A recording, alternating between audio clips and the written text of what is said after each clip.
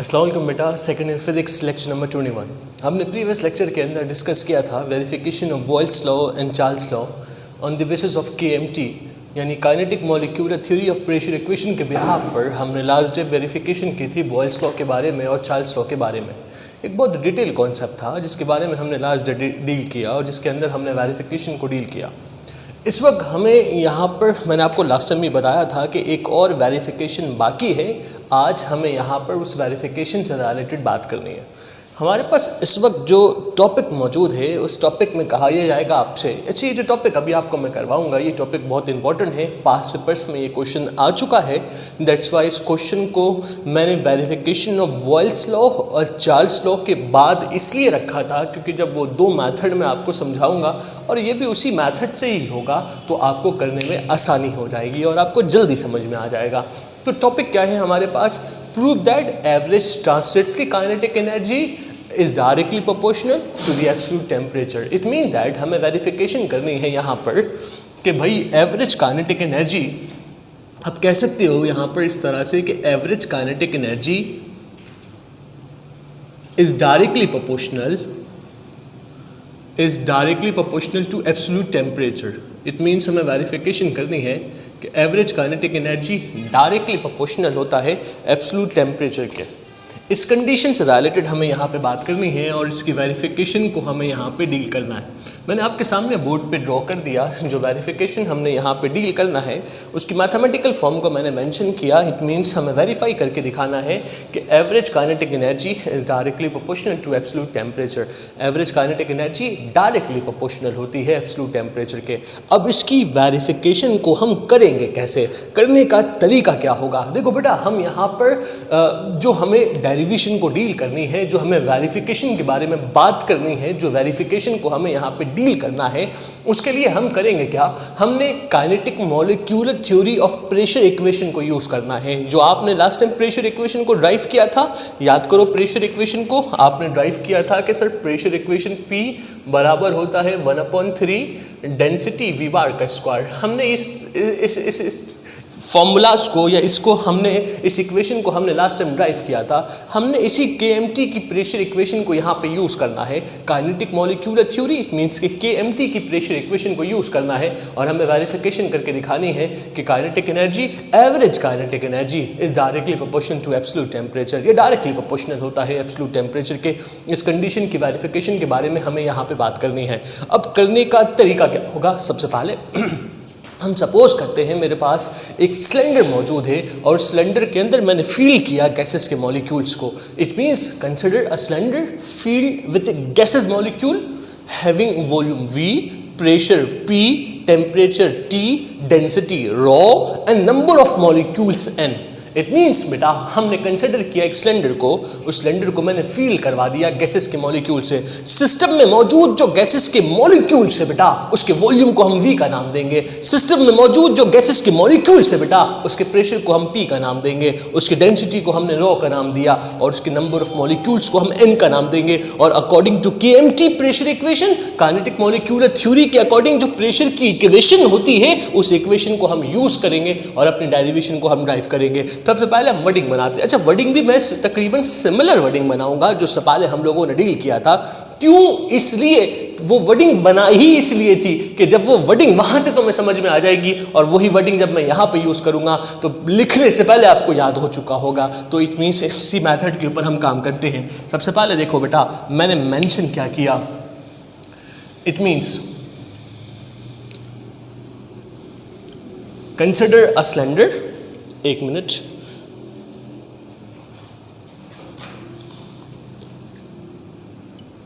देखो बेटा consider a cylinder filled with gases molecule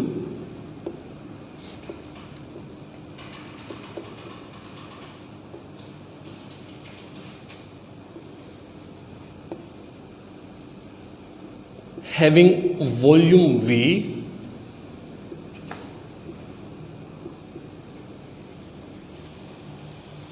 लिखते रहो बेटा बोर्ड पर।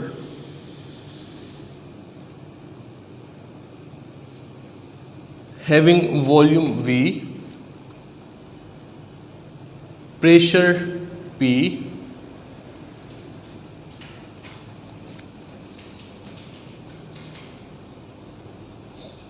Temperature T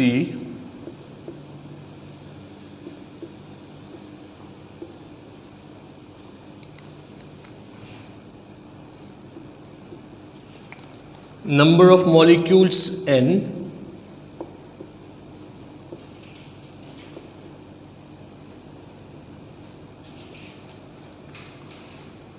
number of molecules N and density rho.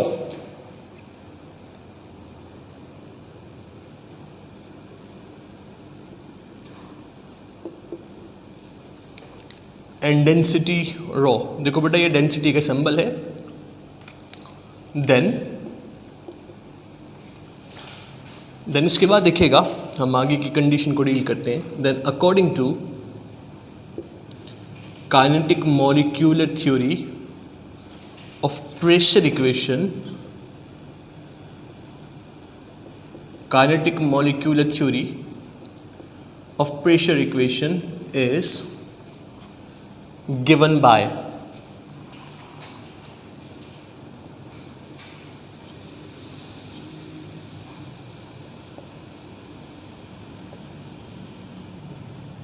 ठीक है। then according to KMT of pressure equation is given by okay बेटा, अब बोर्ड पे लिखिएगा रिलैक्स होकर। सबसे पहले मैंने ओवरऑल कंडीशन को, ओवरऑल वर्डिंग को आपके सामने बोर्ड पे ड्रॉ किया। मैंने मेंशन कर दिया, हम सपोज करते हैं एक सिलेंडर को that is filled with gases molecule. System में मौजूद जो गैसेस के मॉलिक्यूल्स हैं उनके वॉल्यूम को हमने V का नाम दिया। सिस्टम में मौजूद जो गैसेस के मॉलिक्यूल्स हैं उसके प्रेशर को P का नाम दिया। सिस्टम में मौजूद जो गैसेस के मॉलिक्यूल्स हैं उसके टेम्परेचर को, उसके एब्सोल्यूट टेम्परेचर को T का नाम दिया, डेंसिटी को रॉ का नाम दिया और नंबर ऑफ मॉलिक्यूल्स आपके पास N है। तो according to kinetic molecular theory of pressure equation, आपको पता है प्रेशर इक्वेशन किसके बराबर होगा sir? Pressure equation it means कि P, और P बराबर होता है बेटा 1/3 डेंसिटी V बार का square.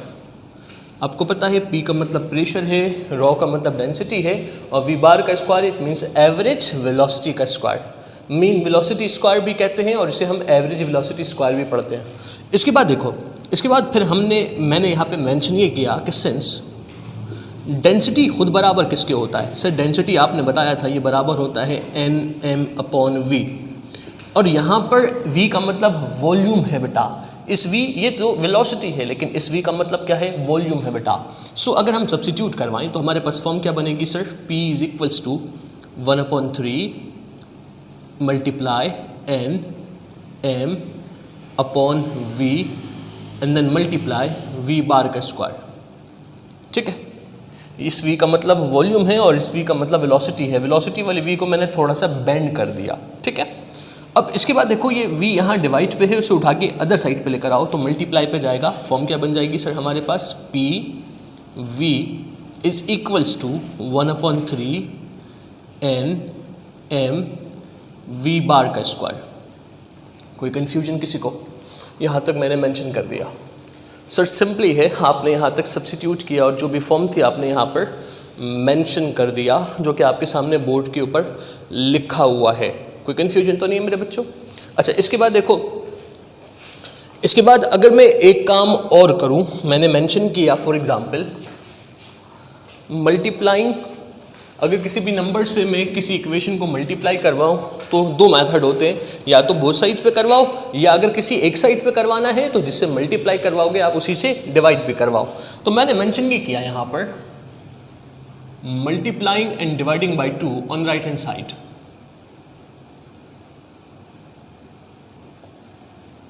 Multiplying and dividing by 2 on right hand side. मैंने राइट हैंड साइड के ऊपर 2 से मल्टीप्लाई किया और बैलेंस करने के लिए 2 से डिवाइड करूंगा। तो फॉर्म क्या बनेगी सर हमारे पास?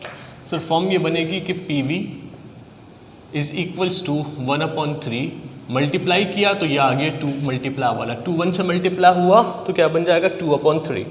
इसके बाद लिखा हुआ है n, मैंने n को n लिखा, मल्टीप्लाई डिवाइडिंग वाला 2, ऊपर कोफिशिएंट कुछ भी नहीं बचा तो 1 बचा, MV बार का स्क्वायर। क्लियर? कोई कन्फ्यूजन तो नहीं है यहाँ तक किसी को? मैंने सिंपली यहाँ तक मेंशन कर दिया। इसके बाद देखो बेटा, आपको पता है सिंस काइनेटिक एनर्जी ये बराबर होता है किसके, हाफ mv² के।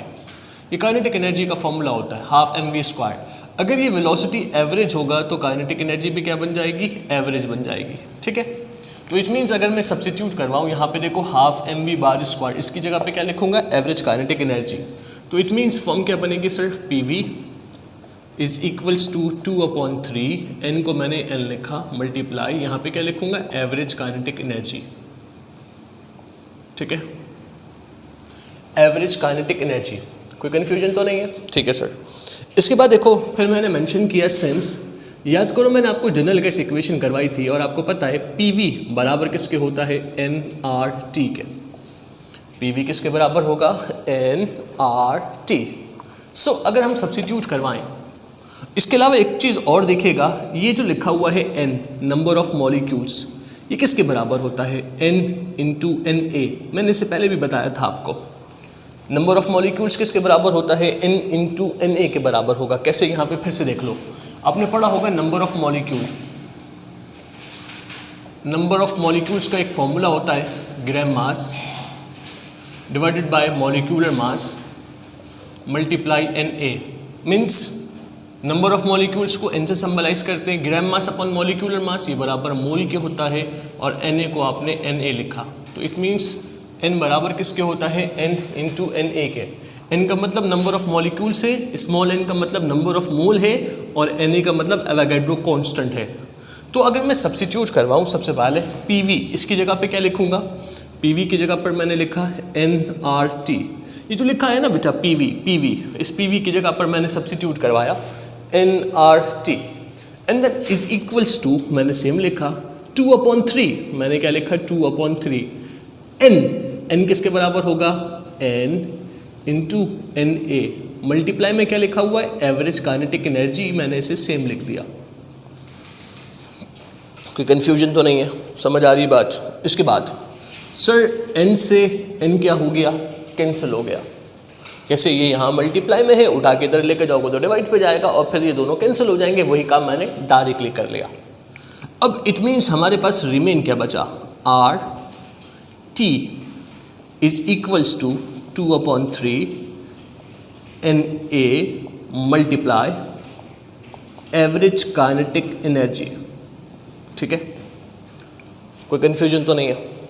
इसके बाद ये Na यहाँ डिवाइड पे, मल्टीप्लाई पे है, उठा के अदर साइड पे लेकर आओ तो डिवाइड पे जाएगा, और अगर Na डिवाइड पे जाए तो फॉर्म क्या बनेगी सर, R/Na इंटू T को मैंने T लिखा, मतलब Na को मैंने R के नीचे लिख दिया, इज इक्वल्स टू लेबर, यहाँ पे क्या बचा 2/3 multiply average kinetic energy. Clear बच्चों। अब याद रखना बेटा, याद रखिएगा सेंस R/Na। सर R क्या है, जनरल गैस कांस्टेंट, Na क्या है, एवोगैड्रो कांस्टेंट। तो कहा जाता है R/Na ये बराबर होता है K के। सवाल आया K क्या होता है, याद रखना K का मतलब होता है बोल्ट्जमैन कांस्टेंट। K का मतलब होता है बोल्ट्जमैन कांस्टेंट। ठीक है, इट मीन्स R/Na किसके बराबर होता है, K के बराबर होता है। इट मीन्स बोल्ट्जमैन कांस्टेंट के बराबर होगा। तो अगर हम आगे की कंडीशन को यहाँ पे डील करें, हमारे पास फॉर्म क्या बनेगी बेटा, यहाँ पे देखिएगा। अगर हम आगे की कंडीशन को डील करें, फॉर एग्जांपल R/Na की जगह पर मैंने मेंशन किया बेटा K को, मल्टीप्लाई T था, मैंने T को T लिखा। यहाँ पे क्या बचा 2/3 मल्टीप्लाई एवरेज काइनेटिक एनर्जी। अब एक चीज़ देखो, पहले लेफ्ट को लिखूं या पहले राइट को लिखूं, बात एक होती है। तो मैंने पहले लिखा 2/3, पहले मैंने राइट को लिख दिया, into average kinetic energy which is equals to K into T। Sir K का मतलब बोल्ट्जमैन कांस्टेंट है, K का मतलब बोल्ट्जमैन कांस्टेंट है, मैं रिपीट कर रहा हूँ। अब ये देखो, ये 2 यहाँ मल्टीप्लाई में है, अदर साइड पे लेकर जाओगे तो डिवाइड पे जाएगा। 3 डिवाइड पे है, अदर साइड पे लेकर जाओ तो मल्टीप्लाई पे जाएगा। For example average kinetic energy यहाँ पे सेपरेटेड हो जाएगा और ये 3 डिवाइड पे था, अदर साइड पे लेकर आए मल्टीप्लाई में, 2 मल्टीप्लाई में था, अदर साइड पे लेकर आए तो डिवाइड पर, इंटू के इंटू टी। अब याद करो, मैंने तुम्हें बताई थी एक बात, जब मैंने वेरिफिकेशंस ऑफ बॉयल्स लॉ और चार्ल्स लॉ करवाया था, मैंने कहा था कि एवरेज काइनेटिक एनर्जी ये बराबर होता है 3/2 के इंटू टी, और मैंने कहा था मैं इसकी वेरिफिकेशन तुम्हें करके दिखाऊंगा। तो ये वेरिफिकेशन आपके सामने मौजूद है। Average kinetic energy 3/2 K into T के बराबर कैसे होता है, इस चीज़ की वेरिफिकेशन मैंने आपके सामने करके दिखा दी। एग्जाम में ये जो सवाल लिखा हुआ है, ये सवाल चेंज होकर भी आ सकता है, और चेंज होकर किस तरह से आएगा देखिएगा। लिखा हुआ आएगा show that average kinetic energy is equals to 3/2 K into T. Average kinetic energy is equals to 3/2 K into T. समझ आ रही बात? तो इट मीन्स अगर ये वाली कंडीशन आएगी, एवरेज काइनेटिक एनर्जी बराबर है 3/2 के इंटू टी, तो आपने अपना काम यहाँ पे स्टॉप कर देना है। लेकिन अगर ये वाली कंडीशन आएगी तो अपना काम हमें आगे और करना है, ठीक है। तो मैंने ये वाली कंडीशन तो आपके सामने मेंशन कर दिया, अब इसके ऊपर भी हम काम करेंगे। तो हमारे सामने क्या लिखा हुआ है, एवरेज काइनेटिक एनर्जी बराबर है किसके, 3/2 के इंटू टी के बराबर है। अगर हम आगे चलें बेटा, आपको पता है ये के क्या है, बोल्ट्जमैन कांस्टेंट। बोल्ट्जमैन कांस्टेंट की वैल्यू क्या होती है वो भी लिख देता हूँ, याद रखिएगा। बोल्ट्जमैन कांस्टेंट यानी के, इसकी वैल्यू होती है 1.38 इंटू 10⁻⁻23 जूल पर kelvin. 3/2 K into T joule पर 1.38 10⁻⁻23 जूल पर केल्विन। अब अगर यहाँ पर के कांस्टेंट है और 3/2 ये भी कांस्टेंट है, फॉर एग्जांपल मैंने मेंशन किया सिंस, करने का तरीका देखो, सिंस के इज कांस्टेंट। अगर के कांस्टेंट है तो फिर मैंने मेंशन किया देयरफॉर क्या होगा सर, देयरफॉर में average kinetic energy is equals to, अब के भी कांस्टेंट 3/2 ये भी कांस्टेंट, तो इन दोनों को रिमूव करो या इन दोनों का मल्टीपल भी क्या आएगा, कांस्टेंट ही आएगा। तो मैंने मेंशन किया इन दोनों का जो मल्टीपल होगा वो कांस्टेंट होगा, और टी को मैंने टी लिखा क्योंकि के कांस्टेंट है और 3/2 भी कांस्टेंट है। फॉर एग्जांपल के की वैल्यू को अगर आप 3/2 से मल्टीप्लाई करोगे तो एक नई कांस्टेंट वैल्यू आ जाएगी, वो कोई भी नंबर होगा। तो मैंने क्या लिख दिया, कांस्टेंट। तो इट मीन्स आपको पता है हमने मेंशन किया यहाँ पर एवरेज काइनेटिक एनर्जी इज, अब कांस्टेंट को जब कभी हम रिमूव करते हैं बेटा तो हमेशा इक्वल्स टू की जगह पर हम क्या लगाते हैं, प्रोपोर्शनलिटी का सिंबल। जब कभी कांस्टेंट को रिमूव करवाया जाता है तो हमेशा इक्वल्स टू की जगह पर हम क्या लगाएंगे, प्रोपोर्शनलिटी का सिंबल। तो फॉर्म क्या बनी, average kinetic energy is directly proportional to absolute temperature. हमसे कहा यह गया कि वेरिफिकेशन करके दिखाओ कि average kinetic energy directly proportional होती है एब्सोल्यूट टेम्परेचर के, और हमने इस कंडीशन की वेरिफिकेशन आपके सामने परफॉर्म कर दिया और हमने वेरीफाई करके दिखा दिया कि average kinetic energy directly proportional होती है एब्सोल्यूट टेम्परेचर के। आओ एक मरतबा फिर से मैं रिव्यू करके दिखाता हूँ उन तमाम वर्डिंग को। इनिशियली बेटा हुआ कुछ ये, बोर्ड पे देखेगा, अब से कहा यह गया कि आप वेरीफाई करके दिखाओ average kinetic energy directly proportional होती है एब्सोल्यूट टेम्परेचर के, जिसके लिए हमने सबसे पहले सपोज किया एक सिलेंडर को, जिसको मैंने फील्ड कर दिया गैसेस के मॉलिक्यूल से। सिस्टम में मौजूद जो गैसेस के मॉलिक्यूल से बेटा उसके वॉल्यूम को नाम दिया V का, उसके प्रेशर को P का, टेम्परेचर को T का, डेंसिटी को ρ का, नंबर ऑफ मॉलिक्यूल्स को N का, और प्रेशर इक्वेशन के अकॉर्डिंग काइनेटिक मॉलिक्यूलर थ्योरी के बेसिस के ऊपर जब हमने प्रेशर इक्वेशन को यूज किया, और प्रेशर इक्वेशन को हमने जब यूज किया तो कहा यह गया कि P बराबर होगा 1/3 डेंसिटी V बार का स्क्वायर। डेंसिटी ये बराबर होता है प्रेशर इक्वेशन के अंदर Nm/V, क्योंकि ये ओवरऑल डेंसिटी होती है। वैसे डेंसिटी का फॉर्मूला तो मास पर वॉल्यूम होता है, M/V होता है, लेकिन ये पूरे सिलेंडर की डेंसिटी है, तमाम गैसेस की मॉलिक्यूल्स की डेंसिटी है, तो इसको हमने N से मल्टीप्लाई करवाया हुआ है। तो इट मीन्स डेंसिटी बराबर होता है Nm/V के। मैंने सब्सिट्यूट करवाया Nm/V, V डिवाइड पे था, अदर साइड पे लगाया तो मल्टीप्लाई पे गया। इस V का मतलब वॉल्यूम है और इस V का मतलब एवरेज वेलोसिटी का स्क्वायर। इसके बाद फिर मैंने मल्टीप्लाई करवाया और डिवाइड करवाया 2 से राइट हैंड साइड को, ये 2 मल्टीप्लाई वाला, ये 2 डिवाइड वाला। क्लियर? इसके बाद फिर क्या हुआ, PV को हमने मेंशन किया, हाफ, यहाँ पे क्या बनी फॉर्म, हाफ mv बार का स्क्वायर। आपको पता है एवरेज काइनेटिक एनर्जी इक्वल होता है हाफ mv बार स्क्वायर के, सब्सिट्यूट करवा दिया एवरेज काइनेटिक एनर्जी को। इसके बाद PV बराबर होता है nRT according to general gas equation, और n यानी नंबर ऑफ मॉलिक्यूल से बराबर होता है product of mole into Avogadro constant. ये नंबर ऑफ मॉलिक्यूल के फॉर्मूलाज में आता है। नंबर ऑफ मॉलिक्यूल बराबर होता है the product of mole number of mole into Avogadro constant. तो इट मीन्स मैंने n की जगह पे क्या लिखा, n into Na। Small n का मतलब नंबर ऑफ मोल्स होती है, आपने केमिस्ट्री में पढ़ी होगी, और कैपिटल N का मतलब होता है नंबर ऑफ मॉलिक्यूल्स। सो हमने क्या लिखा, PV की जगह पर nRT और यहाँ n की जगह पर n into Na। Average kinetic energy n से n कैंसिल हुआ, क्लियर। यहाँ पे क्या बचा, RT, यहाँ पे बचा 2/3 Na into average kinetic energy, ये 3 डिवाइड। इसके बाद एक और चीज़ देखो, ये Na यहाँ मल्टीप्लाई में है, उठा के अदर साइड पे लेकर आओ तो डिवाइड पे जाएगा, तो फॉर्म क्या बनेगी सर, फॉर्म बनेगी कि हमारे पास R/Na। एक बच्चे ने सवाल किया, सर एक बात तो बताएं, आपने Na को R के नीचे क्यों लिखा, आपने T के नीचे क्यों नहीं लिखा। देखो बेटा, अगर मैं Na को T के नीचे लिखता तो कोई फायदा नहीं था, लेकिन R के नीचे लिखा तो हमें पता ये एक फॉर्मूला बन जाता है, R/Na बराबर होता है K यानी बोल्ट्जमैन कांस्टेंट के। दैट इज द रीजन मैंने R के नीचे से शिफ्ट कर दिया। तो R/Na की जगह पर क्या लिखूंगा, K। It means Boltzmann constant, T को T लिखा, 2/3 एवरेज काइनेटिक एनर्जी। अब पहले लेफ्ट को लिखो या पहले राइट को लिखो, बात सेम होती है, परमिशन होती है, आप किसी भी साइड को पहले लिख सकते हो। मैंने पहले लिखा किसे, 2/3 average kinetic energy into K into T। ये 3 डिवाइड पे था, अदर साइड पे लगाए मल्टीप्लाई, 2 मल्टीप्लाई में था, अदर साइड पे लगा डिवाइड। सो फॉर्मूला हमने ऑब्टेन कर लिया एवरेज काइनेटिक एनर्जी का, ये बराबर होता है 3/2 K इंटू T के। फिर मैंने मेंशन किया सिंस K इज कांस्टेंट, तो इट मींस 3/2 भी कांस्टेंट है, K भी कांस्टेंट है, दोनों का मल्टीपल भी क्या आएगा, कांस्टेंट आएगा। अब for example average kinetic energy is equals to constant into T, और जब कभी कांस्टेंट को रिमूव करते हैं तो इक्वल्स टू की जगह पर प्रोपोर्शनलिटी का सिंबल लगाते हैं। ये थी कंडीशन, हमने वेरिफिकेशन की और हमने अपनी बात को यहाँ पे कंप्लीट कर लिया। एक बहुत सिंपलेस्ट वे में मैंने यहाँ पे कॉन्सेप्ट को डील किया। इस वक्त गैसेस का कॉन्सेप्ट कंप्लीट हुआ, इस चैप्टर का सेकंड मेन टॉपिक कंप्लीट हुआ। अब हम इंशाल्लाह स्टार्ट करेंगे थर्मोडायनामिक्स को, और थर्मोडायनामिक इस चैप्टर का लास्ट मेन टॉपिक है। याद रखना चैप्टर नंबर 11 एक बहुत बड़ा चैप्टर है, एक बहुत डिटेल चैप्टर है। पहले पूरी एक सेक्शन बनती थी, सेक्शन A, जिसके अंदर अप्रोक्सीमेट 34 मार्क्स का सेक्शन बनता था सिर्फ चैप्टर नंबर 11 से। तो अब बहुत बड़ा चैप्टर है ये।